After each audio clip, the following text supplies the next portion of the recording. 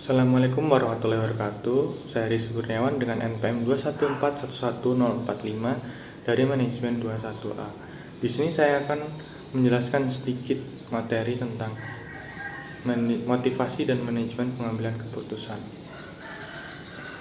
Nah, yang pertama adalah jenis-jenis keputusan. Ada keputusan terprogram atau programmed decision.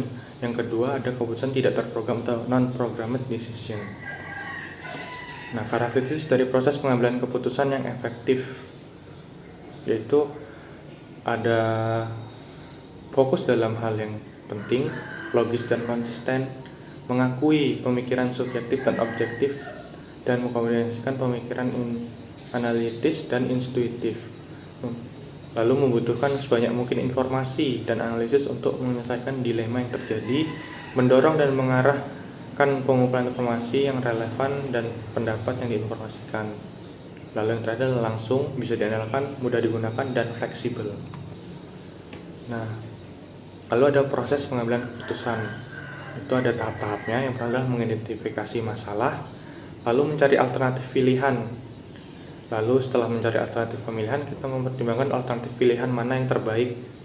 Nah, lalu setelah mempertimbangkan beberapa alternatif pilihan, kita membuat pilihan mana alternatif mana yang akan dipilih untuk pengambilan keputusan. Lalu yang terakhir mempersiapkan diri menghadapi umpan balik dari pengambilan keputusan yang telah kita tentukan. Lalu ada teori motivasi. Nah, teori motivasi menurut Abraham Maslow atau teori kebutuhan. Yang pertama adalah teori kebutuhan fisiologis, yaitu ada rasa lapar, rasa haus, dan sebagainya.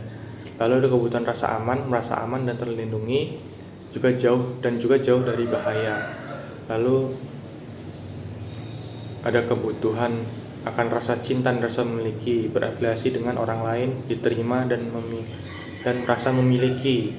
Lalu ada kebutuhan akan penghargaan, yaitu jiwa-jiwa berprestasi, berkompetensi, dan juga mendapatkan dukungan serta pengakuan dari orang lain. Itu merupakan suatu kebutuhan. Lalu ada kebutuhan aktualisasi diri, yaitu kebutuhan kognitif, yaitu seperti mengetahui, memahami, dan menjelajahi. Lalu ada kebutuhan estetik, keserasian, keteraturan, keindahan, kebutuhan aktualisasi diri, dan mendapatkan kepuasan diri dan menyadari potensi diri sendiri. Lalu yang kelima adalah teknik motivasi. Ada beberapa teknik motivasi. Yang pertama adalah teknik ajakan atau persuasi.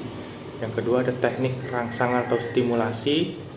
Yang ketiga teknik sanksi atau paksaan sosial. Lalu ada teknik riak air, ada teknik tempat strategis, lalu ada teknik anjang sana, yaitu kunjungan ke rumah atau kunjungan keluarga. Lalu ada kunjungan ke tempat kerja, ada teknik undangan, dan yang terakhir adalah teknik menggunakan media tulis atau media non tulis. Nah, pengertian motivasi kerja sendiri itu apa sih?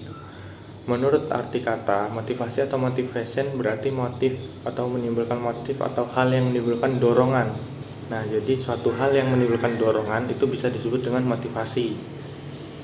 Nah, dalam kamus administrasi dari Dr. Andes Deliang JCS memberikan perumusan akan motivasi atau pendorongan kegiatan sebagai berikut. Nah, pekerjaan yang dilakukan oleh seorang manajer dalam memberikan inspirasi, semangat, dan dorongan kepada orang lain, dalam hal ini karyawannya, untuk mengambil tindakan-tindakan. Nah, itu bisa disebut dengan motivasi.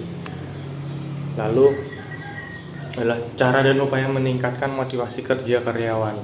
Ada beberapa faktor atau kunci motivasi kerja karyawan yang meliputi motivasi karyawan dengan membangun kepuasan. Jadi kalau karyawan merasa puas kerja di suatu perusahaan, maka itu akan meningkatkan motivasi mereka untuk tetap bertahan atau tetap bekerja di situ dengan meningkatkan kualitas kerja dan juga hal lainnya. Lalu yang kedua adalah motivasi karyawan melalui apresiasi. Kita mengapresiasi kinerjanya, seperti kita memberi bonus dan sebagainya, itu juga akan meningkatkan motivasi dari karyawan tersebut.